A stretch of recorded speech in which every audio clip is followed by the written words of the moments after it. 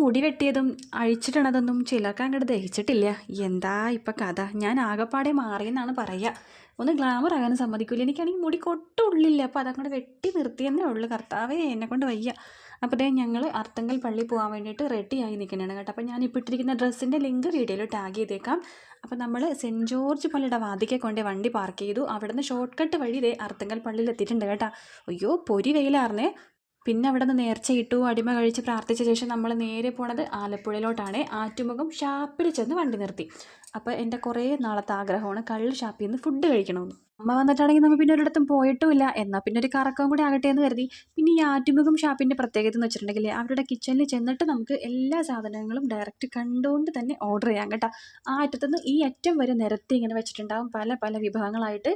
അപ്പോൾ നമ്മൾ ഓർഡർ ചെയ്തത് കരിമീൻ പൊള്ളിച്ചത്, പാൽക്കപ്പ, പിന്നെ കപ്പ ഉടച്ചത്, താറാവ് കറി, പിന്നെ കേരക്കറി, ചെമ്മീൻ ഫ്രൈ, കക്ക ഫ്രൈ, ലിവർ ഫ്രൈ, അങ്ങനെ ഒരുപാട് ഫ്രൈകളൊക്കെ ഓർഡർ ചെയ്തിട്ട് പിന്നെ കൂട്ടത്തിൽ ഇത്തിരി മുന്തിരിക്കള്ള് കുടിച്ചങ്ങോട്ട് ഇറങ്ങിയതും അപ്പൻ ഇച്ചിരി മധുരക്കള്ളും കൂടെ പോന്നോട്ടേന്ന്. പിന്നെ അതും കഴിഞ്ഞ് ഞങ്ങൾ നേരെ ആലപ്പുഴ ബീച്ചിലോട്ട് വന്നു കേട്ടോ.